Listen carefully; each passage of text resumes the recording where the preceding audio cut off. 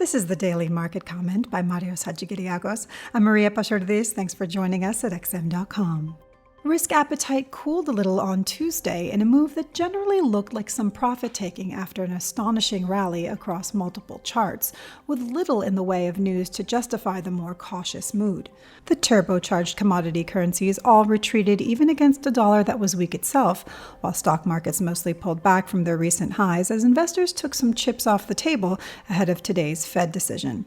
Yet the market has regained its footing on Wednesday, and the mood is more cheerful, with commodity currencies on the rise again, the defensive dollar on the back foot, and futures pointing to some mild gains when Wall Street opens.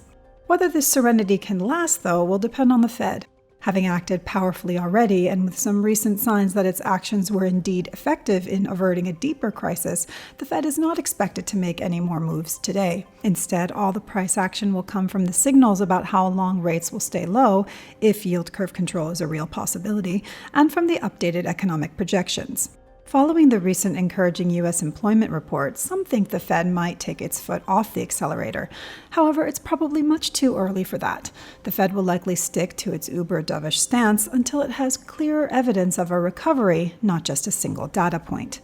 A reaffirmation of the low rates as far as the eye can see stance, and even more importantly, any hints that yield curve control is under serious consideration would argue for another push higher in stocks and more pain for the greenback.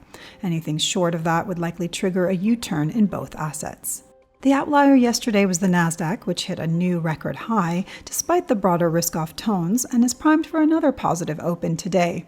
The tech-heavy index continues to outperform as investors pile into higher quality names like Apple and Amazon, both of which hit new records. This was today's Daily Market Comment. Thanks for joining us at XM.com.